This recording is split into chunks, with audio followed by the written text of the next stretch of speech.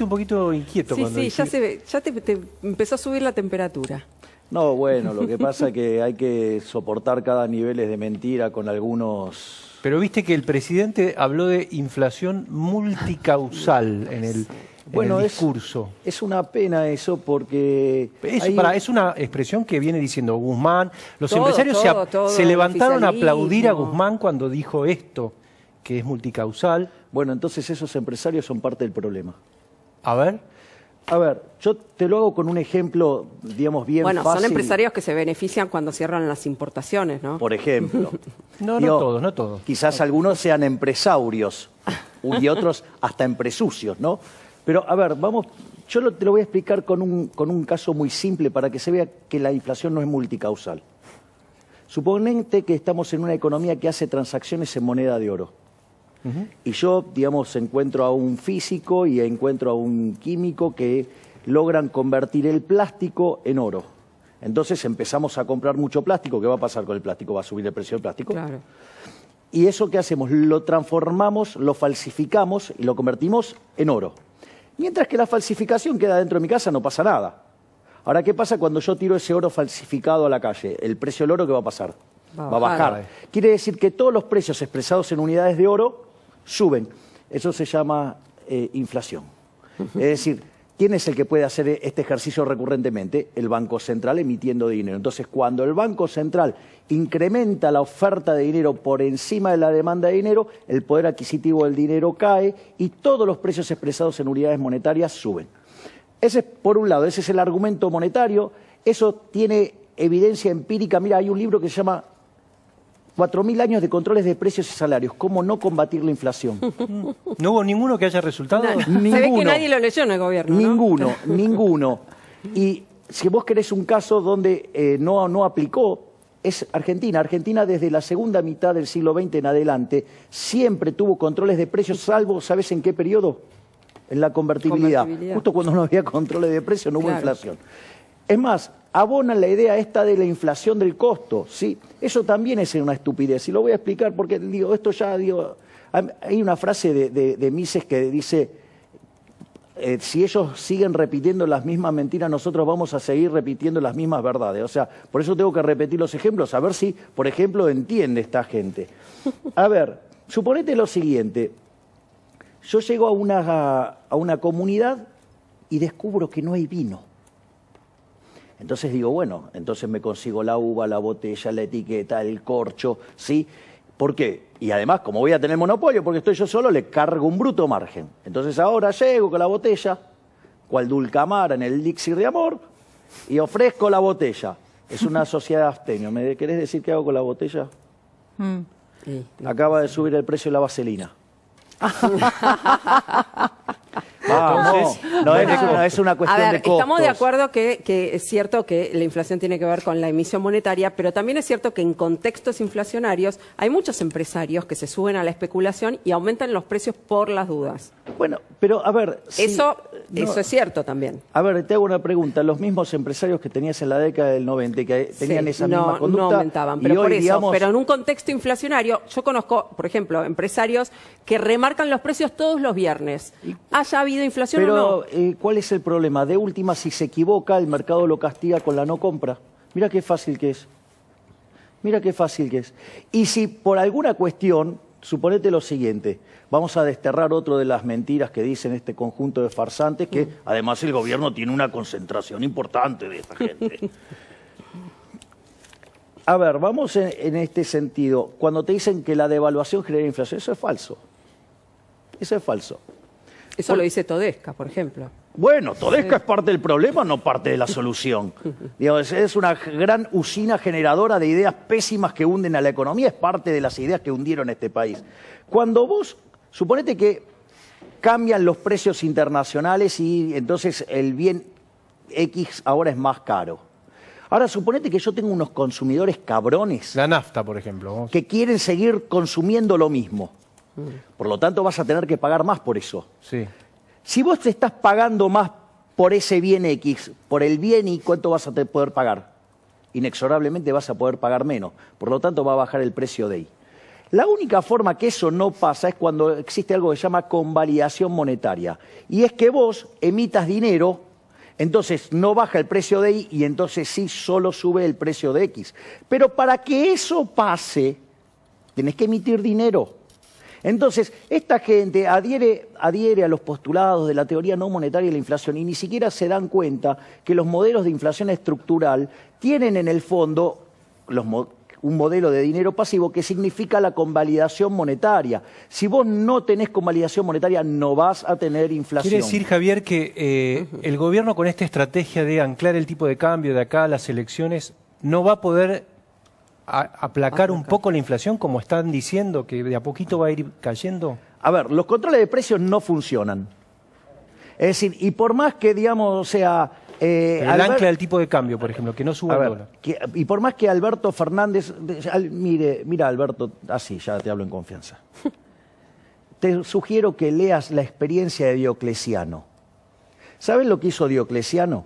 Mira, Roma tenía este problema, porque esto viene, mira, te lo agrego además con el tema de la mesa de los argentinos. No, vamos a cuidar la mesa de los argentinos. ¿Sabes quiénes cuidaron la mesa, digamos, de los romanos? Justamente los romanos, ¿sí? ¿Qué hicieron? Declararon la nona. ¿La nona qué era? Darle el pan gratis a la gente. O sea, entonces todo pan gratis, estaban todos felices, ¿o no? Digo, pan gratis. Claro. Ok, ¿qué empezó a pasar? Empezó a llegar cada vez más gente a Roma, más gente a Roma. Roma tenía una población, para los estándares de la época, que era un disparate de grande. ¿Eso qué implicó? Un déficit fiscal enorme. Frente al déficit fiscal, ¿cómo lo financiaban? Primero subieron los impuestos, después se los subieron, digamos, a los países, digamos, a los territorios que tenían dominado. ¿Qué pasó? Estaban todos estrangulados, no daban más con los impuestos. Entonces, ¿qué empezaron a hacer? Empezaron a hacer algo parecido a la emisión de dinero, que es degradar el peso de las monedas. O sea, ¿qué hacían? Lo metían en una bolsa, lo golpeaban, perdían peso y hacían nuevas monedas que supuestamente menos material. Claro, exactamente. Entonces, ¿qué pasaba? Había inflación. O sea, había inflación. Entonces, al haber inflación, ¿sí? ¿Qué hizo Diocleciano? Puso un control de precios.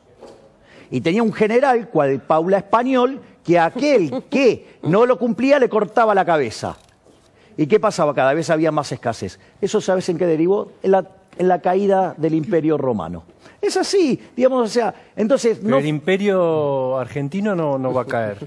Bueno, no lo sé. O sea, vos estás viendo una crisis percibible. Sí, definitivamente. ¿Cuándo? Bueno, sí, a ver, el tiempo es de Dios. Si yo tuviera eso, tendría la bola de cristal y sería multimillonario, no es mi caso. A ver, el punto es el siguiente. Mirá, cuando vos tenías... Esto, Luis Rosales, cuando nosotros vamos de campaña, lo cuenta el caso, por ejemplo, la dinastía en China. Eran dinastías que duraban un montón de tiempo. ¿Y qué hacía caer una dinastía? La peste. Bueno, digamos, acá, digamos, o sea, quizás sea el momento que caiga la dinastía de los políticos profesionales que viven explotando. ¿Pero qué opción tiene este gobierno, digamos? Pues tampoco le podemos pedir que sean lo que no son, digamos, o sea, dentro de su ideología. ¿Qué herramientas tienen para bajar la inflación? No, es que, de vuelta, la única forma que se baja la inflación es dejando de emitir. Es decir, salvo que me digas que Cambiemos dejó de emitir y no bajó. No es que dejó de emitir, emitió también, Cambiemos. Claro, pero frenó el ritmo de emisión. Frenó el ritmo de emisión, emitió. Esa es una cosa. Y después vos tenés que, de hecho, fíjate que si querés hago toda la descripción de lo que pasó durante la experiencia de Cambiemos. O sea, en Cambiemos se sale exitosamente del cepo que había dejado el kirchnerismo, ¿sí? Lo hace en un momento de estacionalidad alta la demanda de dinero, la demanda de dinero es muy robusta desde mediados de diciembre hasta fin de febrero. La gente queriendo quedarse con pesos. Quedar con pesos. Y en ese mismo contexto Sturzenegger saca una cantidad monstruosa de peso de la calle. Y eso permite no solo abrir el cepo, sino que lo hace con el dólar cayendo y comprando reservas. Ese es el primer caso. Después recibe presiones Sturzenegger para bajar la tasa, baja la tasa, cuando se le desarma la posición de Levax, se le vuelve a caer la demanda de dinero, tiene un problema de aceleración inflacionaria, el primer año de Cambiemos termina con alta inflación. El segundo año de Cambiemos, o sea, tiene una meta de inflación, el techo era del 18%. Ahora es interesante porque la inflación fue 25, o sea que la inflación de 40 a 25 bajó, pero hay una parte de la historia que no se cuentan, es que, es esta, que el Banco Central, en el Banco Nación lo echa Melconian, lo pone a González Fraga desesteriliza enormemente el EVAX desde el Banco Nación y eso incrementa fuertemente la cantidad de dinero. Cuando vos computás el efecto, ¿sí?, que generó esa desesterilización monetaria, son entre 7 y 8 puntos de inflación. Es decir, que la meta de inflación que proponía Sturzenegger se hubiera cumplido. Y después pasó otra cosa tremenda. Fue lo que fue el 28 de diciembre del 2017. La famosa conferencia de prensa. Bueno, ahí se te derrumbó la demanda de dinero. El Banco Central en un año perdió cerca de 22.000 millones de dólares. Se derrumbó la demanda de dinero, se te aceleró la inflación y después todo lo que conocemos. Bueno, ahora, ¿qué proponés vos como solución para la inflación en este contexto y con este gobierno? La única forma... A ver, Dios. Si no quiere... A ver, de vuelta, suponete una persona tiene, digamos, cáncer. Bueno, puede ir a la curandera de la esquina, sí, digamos, o puede ir al oncólogo. Bueno, le puedes pedir al oncólogo, digo, a ver, bueno, ¿por qué no me da la receta de la bruja? No. ¿Y con la receta de la bruja se puede llegar a octubre? No es gratis. Después. Y está aceptando, a ver, ¿por qué es lo que quieren hacer? Control de precios, estímulo del gasto público financiado con una emisión monetaria y controles. La historia argentina dice que eso siempre termina mal. La más reciente, digamos, una de las más parecidas a esa se llama Rodrigazo. No terminó bien. Hugo, ¿vos querés preguntar? Sí, le quiero preguntar cuál es el plan del gobierno, finalmente, si está obcecado en su cuestión ideológica o hay un plan, digamos, destinado a sacarnos de este problema de los datos que vemos todos los tiempos. Yo creo que hay dos dimensiones del plan. Te diría, hay uno de largo plazo. El de largo plazo es la agenda del Foro de San Pablo. Ya conocemos que la agenda del Foro de San Pablo es convertirnos en Venezuela. Convertir.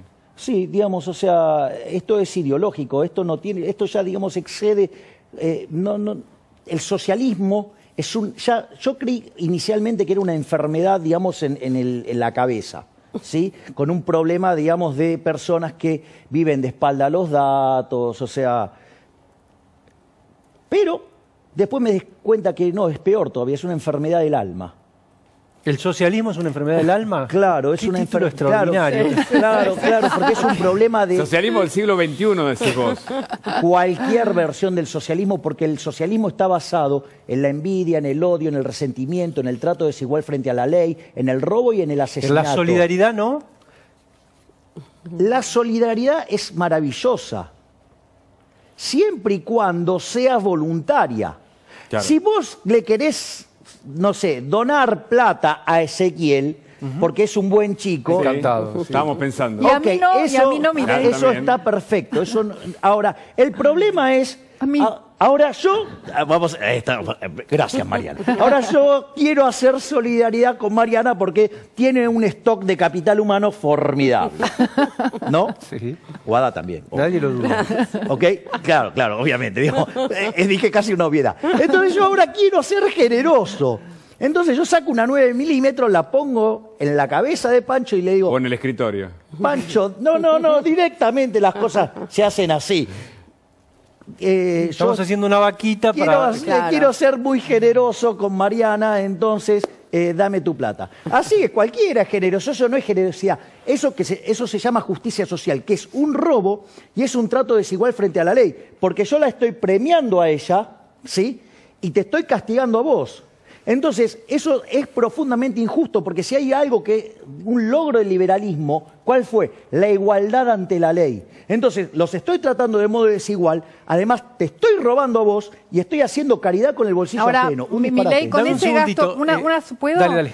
Con ese gasto público, digamos, ese gasto público que tenemos, ¿es solidaridad o es necesario? No, mira, hay mucha mentira detrás del gasto público. Es más, cuanto más progre el político, más chorro es. Digamos, es de manual. Y lo que hacen son personas profundamente perversas. ¿Por qué son personas perversas?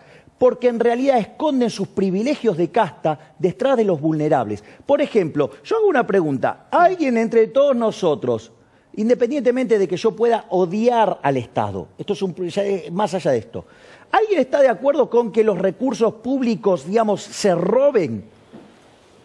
o se gasten ineficientemente. Bueno, hay un estudio del Banco Interamericano de Desarrollo que muestra que la ineficiencia técnica de América Latina, que es el peor continente del mundo en ineficiencia técnica, es 4,4% del PBI. Argentina tiene 7,2%. Sí. Y de esos 7,2, 5 puntos son robo. Entonces Guada me dice, ok, ¿qué harías? Che, lo primero que haría es un hachazo al choreo de los políticos. Pará, ahora te quiero estamos preguntar. todos de acuerdo en eso, Te ¿no? quiero preguntar. No, bueno, pero hay otros que te ponen la sensibilidad. No, son muy sensibleros, con la ajena siempre. Pero la intervención de Biden con el mercado de las vacunas puede haber sido, pero pará, ahora me lo contestás, una buena noticia para el abastecimiento en este momento. Pero pará, ahora me lo contestás, porque está Alfredo Sanz, que además les quiero decir a la mesa que Alfredo es un tipo que ha hecho todo tipo de trabajos. El que se te ocurra, muy interesante. por ejemplo, fue florista. ¿Vos sabías? Ah, qué buen Y muchas trabajo. anécdotas. Sí, y por ejemplo, a mí me gustaría preguntarle, vos como florista, ¿sabías el que venía con intenciones genuinas y el que no, Alfredo? Sí, sabías que había detrás de cada compra, ¿ves? Lo veías un poquito a la entrada, si era algo culpable venía a en la cara se ve. remontar algo. Alfredo, ¿por qué, se van? bueno, hay dos empresas más que se están yendo de la Argentina? Sí, mira, te digo, la lista de todo el último año habla más de 20 empresas. Ahora lo que es la última noticia que se conoció es que Aguas Danone, que es la dueña de Villavicencio, de Villa del Sur, de SER, está buscando un comprador. Le dio un mandato de venta al banco MBA Lazar para que le encuentre un comprador. Esta operación, si hay un final feliz, va a terminar vendiendo y yéndose de la Argentina. Pero más allá del caso puntual. Pero no de cerrando, Danone, ¿no? Aclaremos, no cierran, sino que buscan comprador. Exacto, sí. En este caso son salidas ordenadas, en que la empresa dueña, por lo como una multinacional, lo que hace es otorgar un mandato de venta a un banco que te busca un comprador para hacer una salida ordenada que se quede eventualmente con las marcas, pero sí con las fábricas, con los empleados, para que siga operando. No es tan fácil porque tampoco Argentina no es un lugar donde hoy se matan las empresas por invertir. No es que hay una fila para ver quién lo reemplaza. Todo lo contrario. ¿Y por qué pasa esto, Alfredo? Y mira, no hay una única razón. Yo creo que de fondo tenés como 4 razones. La primera es la falta de clima de negocios, lo que te dicen eso las empresas de que parte del gobierno, de la sociedad, no se alienta a la llegada de inversiones, sino que por el contrario, se le ponen más trabas, más dificultades, más amenazas. Si no haces esto, te voy a controlar los precios, no vas a poder operar, no vas a poder generar divisas. Esa es la primera general. La más obvia, claro. Sí.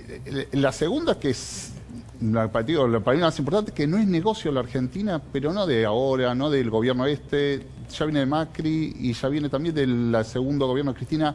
Hace 10 años que la economía argentina no crece, que está estancada y que vos tenés un país que no genera riqueza y no genera negocios.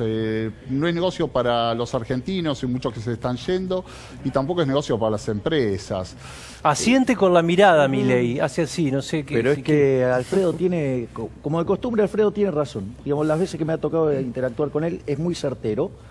Fíjate, el PBI en Argentina quedó estancado a partir del 2011, oscilaba entre el mismo nivel, y hoy, digamos, el PBI está, fíjate, 9% abajo, pero... O sea, hace 10 años que Argentina no crece. Sí, pero 9% abajo ahora después de esta crisis, pero además, en términos per cápita, estamos 18% abajo.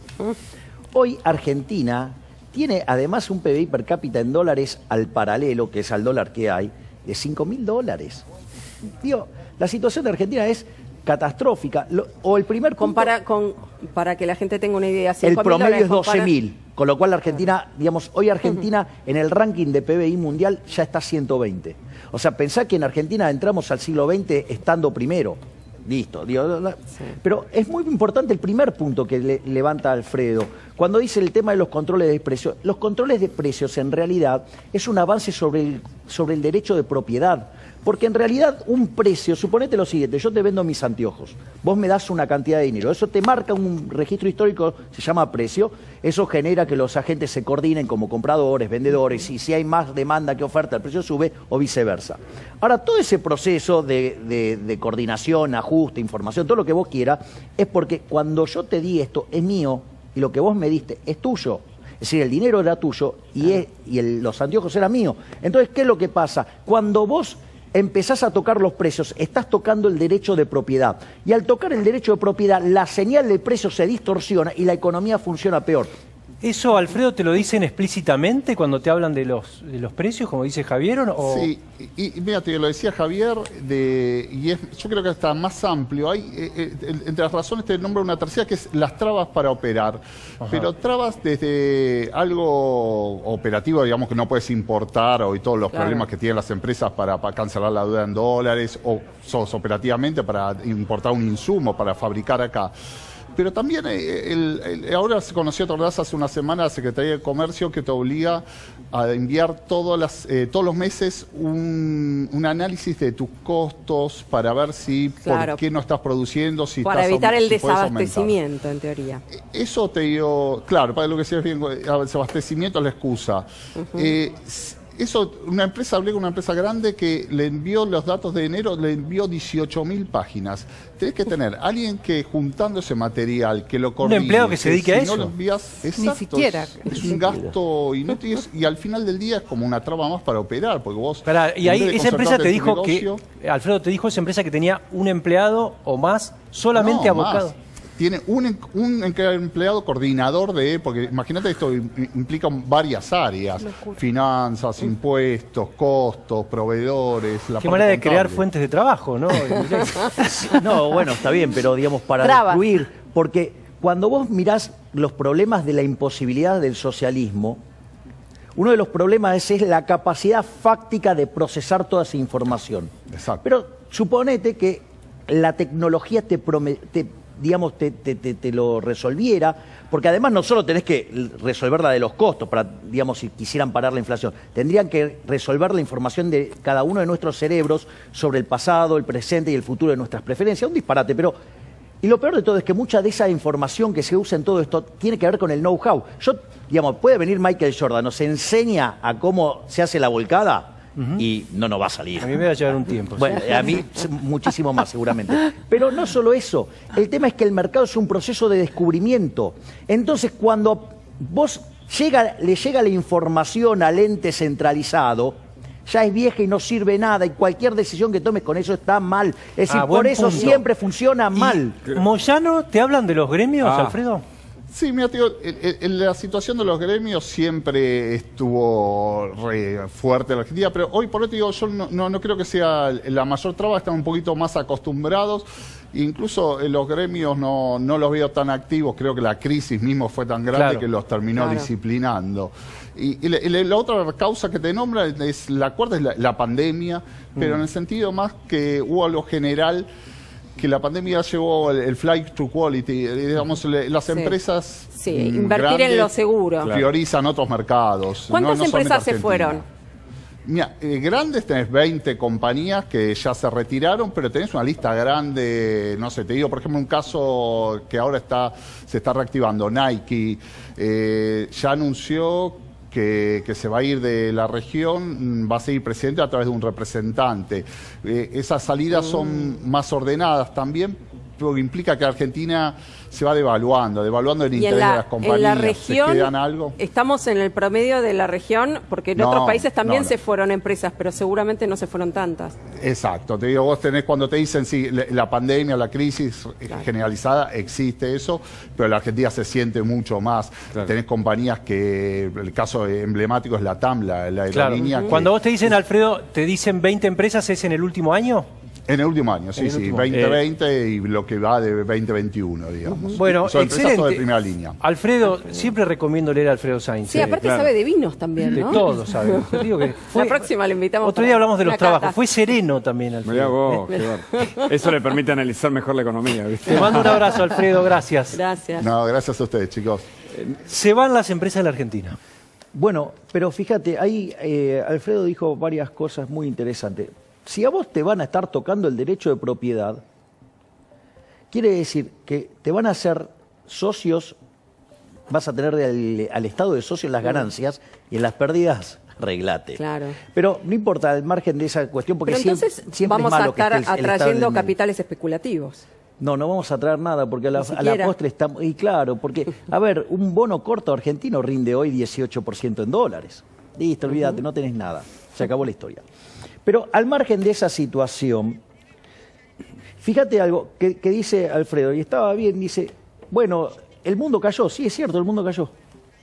El mundo cae, el dato para el 2020 será entre 3 y 4. Argentina es 10. O sea, Argentina cayó el triple. Sí, Argentina tiene más del 50% de pobres. Argentina, que es el país de los alimentos, que produce alimentos para 400 millones de seres humanos y cobra impuestos por el equivalente de 240 millones de seres humanos, porque es 60%, hay 4,5 millones de argentinos que no les alcanza para morfar. ¿Tiene la oportunidad el gobierno de revertirlo? Si vos hoy pudieras hablar con Alberto Fernández o con Cristina, ¿tiene la oportunidad? Sí, bueno, no sé si Cristina me va a dejar hablar, porque tiene eso de que le gusta hablar mucho. Y quizás se pone a hablar Pero y está le gusta 3 horas. escuchar economistas a Cristina. Bueno, hay que ver quién le gusta escuchar, porque bueno, digo, ok, o sea, de vuelta, el curandero. Y encima de mala calidad.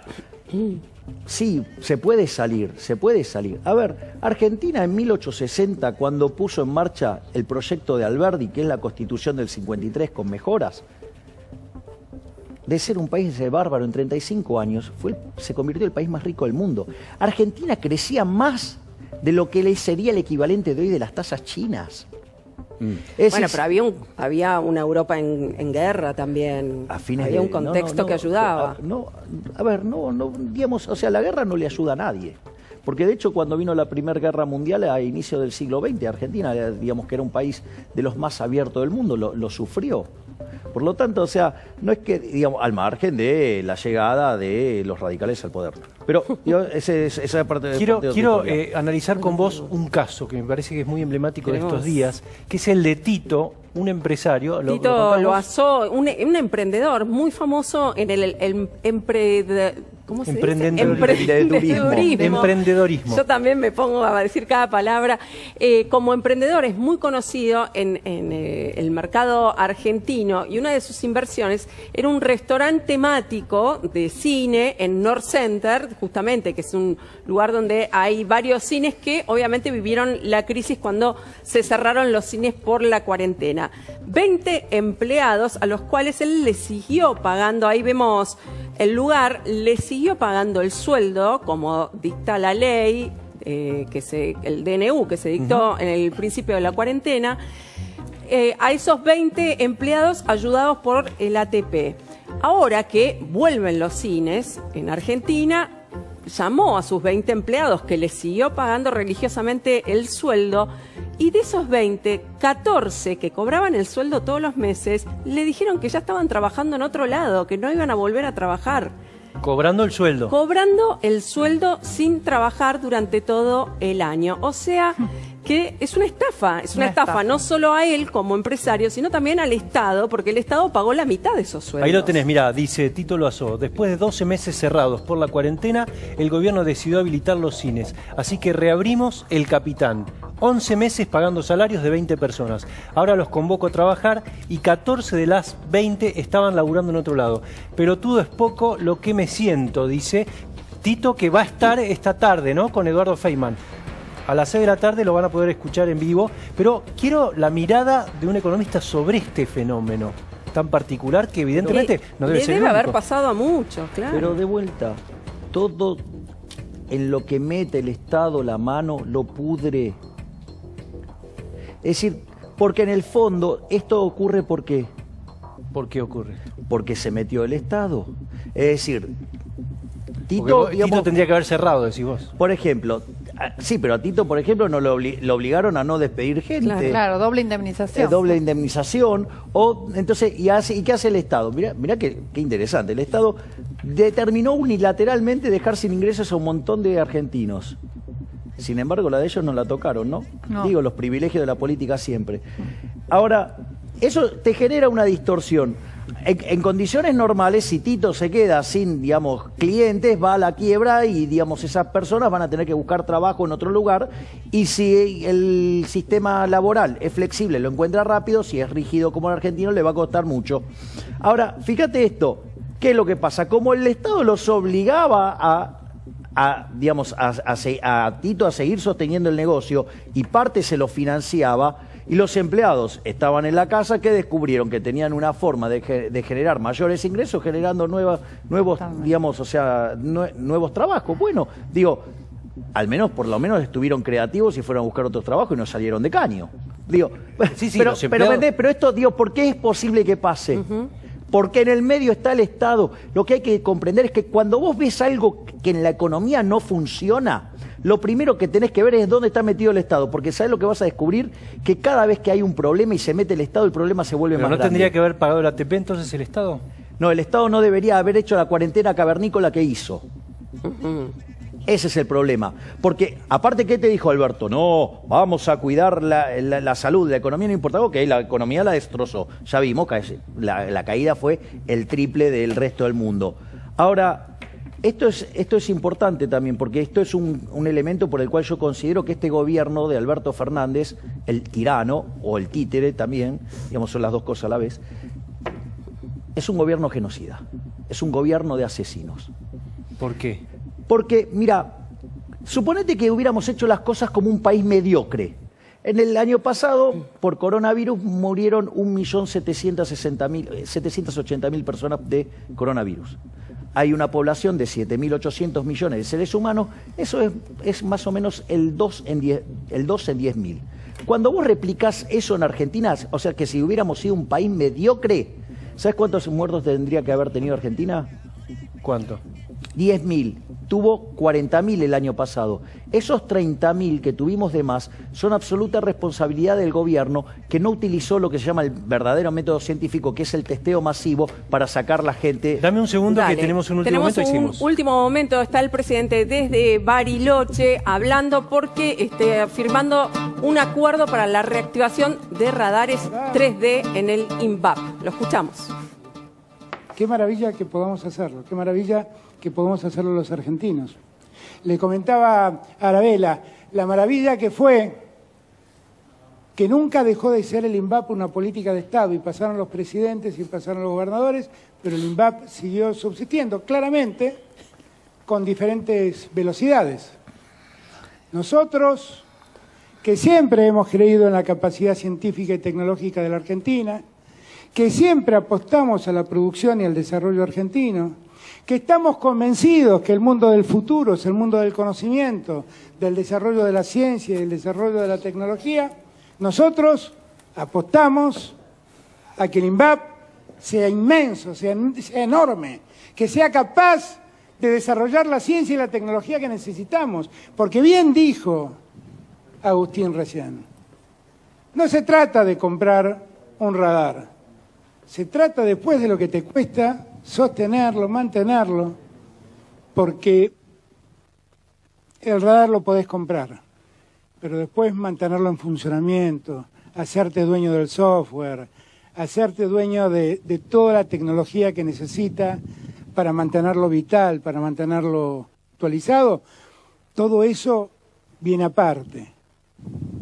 Y esto que estamos haciendo acá es que el radar se construya y que todo lo que el radar necesite en el futuro quede en nuestras manos. Recién hablaba con el jefe de Estado Mayor Conjunto y me mostraba el desarrollo que estaban haciendo de radares terrestres aquí en el INVAP, trabajando ingenieros del Ejército con ingenieros del INVAP. Y el día que eso esté desplegado y desarrollado en todo el territorio de la Argentina, no vamos a tener que tocarle el timbre a nadie afuera para que venga a ayudarnos. ¿Qué anota Milei? No sé, está muy atento, tomando apuntes. Ahora me contás. Yo no ¿para qué? puedo creer. Tendrá que Bueno, ver con Es lo que una está agresión diciendo al el intelecto humano presidente. este hombre. Bueno, para que ahora me contás. Mariana, ¿tenemos novedades de la salud de la Nata? Sí, la Nata fue internado anoche con algunas líneas de fiebre, lo hisoparon, el hisopado le dio negativo, tenía algunos problemas respiratorios, lo que dicen es que tiene un cuadro agudo de trombosis venosa profunda en miembro inferior izquierdo y que está siendo anticoagulado con warfarina y heparina. El hisopado, como les dije recién, dio negativo, así que está en este momento en la Fundación Favaloro internado. Supongo que estarán tratando de controlar este cuadro, ¿no? Bueno, por lo menos le dio negativo el hisopado. Sí, eso es una buena noticia. Esperemos que se recupere pronto. ¿Qué estaba anotando Javier Milei cuando hablaba ahora del nos cuenta. presidente? Tenemos que ir a un corte, ¿no? ¿Breve o no? ¿Me avisás, Vanessa? ¿Tenemos que ir a un corte o no? No sabemos. Bueno. Vamos a un corte Vamos breve a un corte. y nos cuenta Milei por qué me pidió la virome. Dice, Sí, necesito anotar, se te escapan las ideas de la casa. Vamos, dale, vamos y Está volvemos. subrayando. aparte. Dale. Ahora.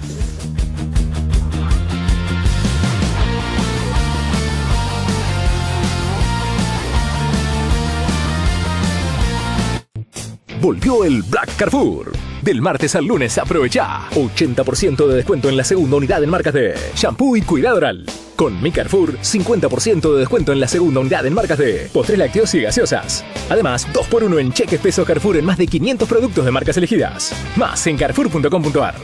Jugale al pozo más grande. Más de 500 millones de pesos en premios. Sortea miércoles y sábados. El juego compulsivo es perjudicial para vos y tu familia.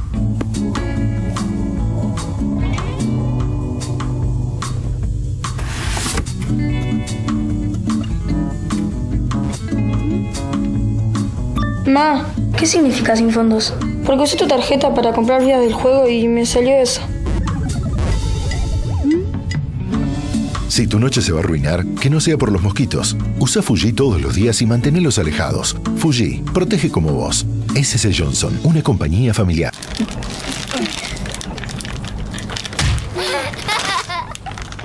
Nueva Ziploc, mayor resistencia, extra protección para más usos. Tu aliado perfecto para acompañarte en casa.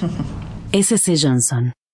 De lunes a jueves a las 21, Alfredo Leuco y su compromiso con la verdad, junto a Candela Ini y Florencia Donovan, desarrollan la actualidad sin filtros y sin privilegios. De lunes a jueves a las 21, el diario de Leuco, en La Nación Más.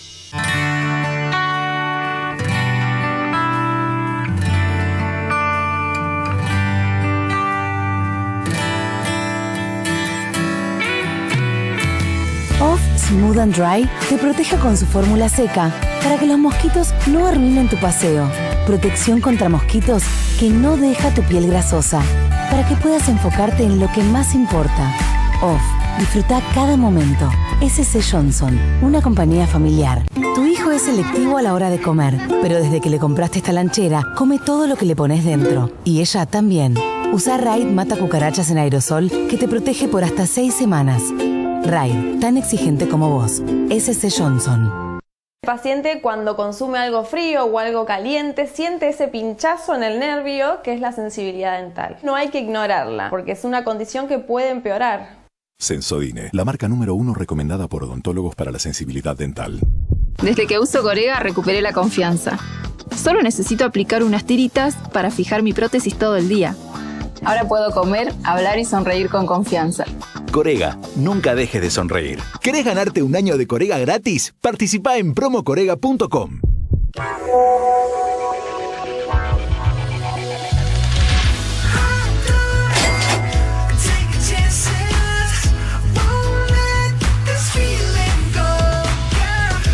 Nunca sabes de qué te puede dejar afuera el malestar. Alical, doble acción, doble alivio. Estamos en nuestro reto Harpic, conociendo el mundo a través del inodoro. ¿Sergio? ¿Me dejarías pasar a tu baño? Ay, es que aunque esté limpio se ve viejo. Eso es sarro, difícil de creer. ¿Cómo sarro? Si siempre limpio con lavandina. Pero eso no lo quita tan efectivamente. Probá Harpic Power Plus 10X. A diferencia de la lavandina, Harpic sí elimina las manchas de sarro y también los gérmenes. ¡Wow! Probá Harpic Power Plus 10X. Y que tu baño se vea como nuevo. En un mundo donde nada es lo que parece. Todo es bastante claro para mí. En un inodoro en donde el peligro acecha. ¿En serio? Con Pato Purific limpia sin preocupaciones. El gel limpiador llega a cada rincón gracias a su exclusiva botella. Y los discos adhesivos lo mantienen limpio y fresco. ¿Qué tal en una tierra? No, En un universo. No exageres. Es simple. Usa Pato Purific. S.C. Johnson, una compañía familiar. The sun is out, we know it's alright. I do all I can do for it to be. You know, darling, we call it a day. To free all that we see side by side. Ooh, ba, ba, ba, ba, ba, side. Ooh, ba, ba, ba. S.C. Johnson, una compañía familiar. Este delantal transforma a tu pequeña hija en una chef profesional. A ella también le gustaría probárselo. Raid Jeringas Mata Cucarachas elimina las cucarachas que ves y las que no, protegiendo lo que amás. Raid, tan exigente como vos. S.C. Johnson. ¿Mancha de frutos rojos? Agregá un poco de Vanish y mirá, su fórmula con oxígeno activo remueve las manchas más difíciles. Además, recupera 5 tonos más blancos desde la primera lavada. ¡Es brillante! Recupera el blanco que te encanta con Vanish.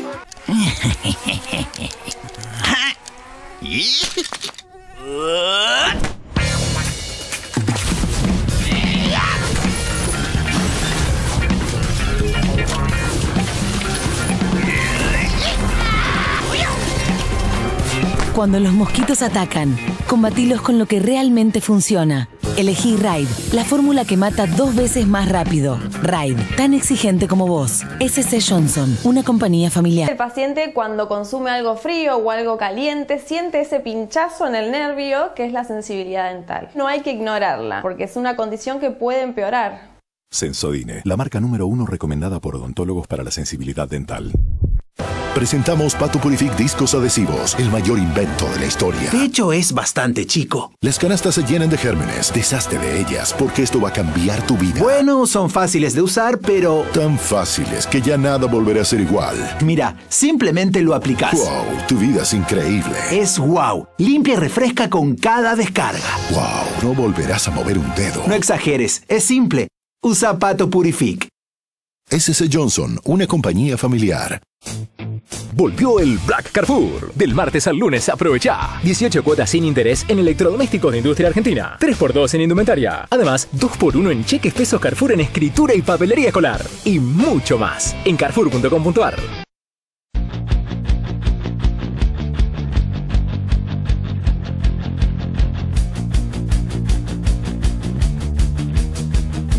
Milei sigue escribiendo en su hoja, vamos a ver qué está escribiendo. Ezequiel, actualízame cómo viene esta tensión reverdecida de Rodríguez Larreta y la ciudad. Y la nación. Sí, a ver, Pancho, en otro de los movimientos, contábamos hace un rato, el movimiento de Fernán Quirós criticando la distribución de las vacunas. Hoy, el jefe de gobierno, que está aislado, tiene que permanecer en cuarentena durante 10 días, dedicó un pequeño hilo de Twitter a criticar la propuesta de una bicameral para controlar a los jueces que luego el gobierno desandó, pero bajo el título de la justicia realizó una serie de tweets donde, entre otras cosas, plantea que justamente el proyecto del oficialismo, aquí tenemos los tweets, fíjense, la idea de crear una comisión legislativa ad hoc para controlar a los jueces es abiertamente inconstitucional y me opongo con firmeza, planteó el jefe de gobierno. Y en otro de los tweets también plantea: si permitimos que se busque condicionar a la justicia, primero nos quedaremos sin república y luego sin democracia. Bajo el título La Justicia, una cadena, un hilo, pequeño hilo de Twitter del jefe de gobierno Horacio Rodríguez Larreta, que no había hablado hasta ahora del tema judicial. Después es raro que se mete en algo que no le compete, ¿no? Y un día después de haber dicho que él era pro diálogo y que estaba a favor de la unidad. Ezequiel, a ver, el lunes a la tarde hubo un Zoom, porque Larreta no puede justamente estar vinculado, un Zoom a la tarde con Patricia Bullrich.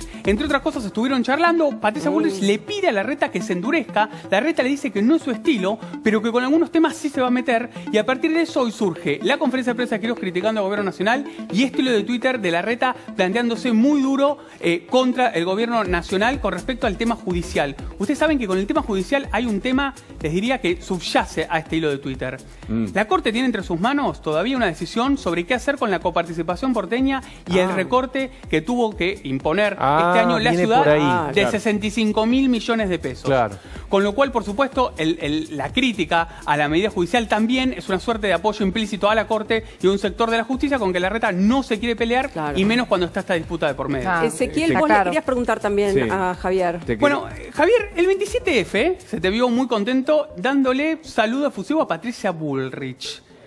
¿Están en contacto? A mí me suena o me cuentan o hay una idea de que a Bullrich le hubiese gustado que vos en algún momento también te incorpores a un gran frente opositor donde puedes estar vos y otros personajes. ¿Querés saber qué charlaron con Bullrich en ese encuentro? Y si no, ¿te gustaría pertenecer a un bloque más grande opositor y no solamente el espacio que hoy integrás con Espert y con Rosales, ¿no? Bueno, voy a pertenecer a un gran bloque opositor que va a ser el espacio que va a lograr obtener en las próximas elecciones Avanza Libertad, con quien estoy junto a José Luis Espert y Luis Rosales. ¿Qué hablaste con Patricia y Bullrich cuando se cruzaron? Mira, yo, digamos, estaba saliendo de hacer un discurso, y aclaro, estrictamente técnico, porque la marcha no tenía banderías políticas. Claro, y aparte yo, digamos, ya no iba como candidato a diputado nacional por Avanza Libertad, o sea, iba como Javier Milei, un técnico, y hablé desde ese lugar, y cuando yo iba camino a la pirámide de Mayo, porque estaba el Partido Libertario, partido del cual soy presidente honorífico de Cava, me encuentro con Patricia Bullrich. Me pareció correcto, digamos, saludarla. Porque además, al momento de enfrentar a las cucarachas, ahí no puede haber duda. Es decir, los kirchneristas son el mal, son el peor gobierno de la historia, son quienes más han hecho daño a este país. Por lo tanto, digamos, ahí vos podés estar en posiciones distintas y aún así coincidir, digamos, con quien, digamos, o sea, es el máximo enemigo. Ahora, la realidad es que, a ver, cuando hubo que enfrentar a los nazis, ¿sí?, al nacionalsocialismo, ¿sí?, socialistas de Hitler, digo, Estados Unidos y Rusia fueron juntos contra los nazis. Sin embargo, no es nazi el gobierno, ¿no? Bueno, no sé. Bueno, no sé. Lo podemos discutir. Sin embargo, pero entonces, ¿por qué no vas por Cambiemos? No vas por porque no es restarle votos a Cambiemos. Claro, esa es la pregunta. ¿No restarle votos a Cambiemos? No, yo no le estoy restando votos a Cambiemos. A la oposición. No, porque eso... A ese frente hacia... No, porque si yo estoy en contra del kirchnerismo, ¿cuál es el problema? ¿O vos tenés alguna duda? Es más, en la ley de alquileres yo hubiera votado en contra, no a favor. Dividís el voto anti-K. Eso es lo que se te critica. Pero, a ver, ¿cuál es el problema? Si el enemigo son los K, digamos, yo también soy enemigo de los K. El tema es que yo soy mucho más enemigo de los K que Juntos por el Cambio, porque Juntos por el Cambio mandó la ley de teletrabajo, mandó la ley de góndola, la ley de alquileres, puso control de capitales. O sea, digamos, en mis preferencias liberales no puedo estar con Juntos por el Cambio, pero sí puedo reconocer la importancia de otros dirigentes, porque yo creo que hay gente valiosa en distintos lugares. Hay gente valiosa en el peronismo, porque para mí es valiosa la gente del menemismo, es gente valiosa la de Encuentros Federales, digamos, los peronistas republicanos, y dentro de Juntos por el Cambio hay una parte del PRO que a mí me parece que es rescatable. Llámese, por ejemplo, Waldo Wolf. Quiero saber qué anotaste ahí. Contanos qué anotaste. Mientras hablaba Alberto Fernández, Javier Milei me pidió... No, y aparte redondeaste algo. Sí. No, porque, a ver, el tema es el siguiente. Alberto Fernández habla de criterio científico. Digo, con sus criterios científicos, digamos, mataron a 30.000 argentinos, que es el spread de muertos que tenemos por haber hecho todo mal, porque en lugar de testear prefirieron seguir robando, ¿ok? Y ahora, digamos, con las vacunas tenían la posibilidad de redimirse y mostraron de vuelta su mejor cara, porque es la mejor cara que tienen caras peores todavía, que es, por ejemplo, digamos, algunos de los involucrados que meten presiones a determinadas personas para que, por ejemplo, me presionen a mí. Sí, lo que hay que decir es que es involuntario, no es que el gobierno salió así... pero es interesante, porque habla de criterio científico, no pudieron contar los muertos. Sí, es verdad. Bueno, o sea, no pueden manejar un abaco y hablan de ser científicos. Pero después, supongamos... Sí, estaba muy atrasada la carga de muertos, no se sabía ni siquiera cuántos muertos por hora había. Pero, a ver, ahora, digamos, entonces, que deje de decir estas pavadas. O sea, parece que lo guionara el imbécil de Santoro, Leandro. Pero, digamos, sí, claro que es un chicanero profesional, pero es un mentiroso. Bueno, pero no está. Bueno, está sí, bien. Él me se critica retiró. también sin que yo esté, así que pide por mi censura también. Así que, digamos, y eso es muchísimo más grave, dado la cercanía que tiene con el títere. Lo que escribiste. Y el otro es el tema, digo, que Alberto habla de, no, bueno, comprarlo es fácil, después el mantenimiento. Te hago una pregunta, Alberto, y si lo hace quien fuera, también lo tenés que mantener. También lo tenés que mantener. O sea, ahí, digamos, el ahorro, digamos, no existe si fuera por eso. Y que deje de pensar, digamos, en que él tiene que ser quien administra las divisas. Que deje que lo haga el mercado, que el mercado siempre lo va a hacer mucho mejor que él. O, digamos, otro de sus generales, de Diocleciano a cargo, que es la señora Todesca. Que quiere decidir qué se importa, quién no, quién usa Javier, o no. Muchísimas gracias. Gracias a ustedes. Muchas Gracias a todos.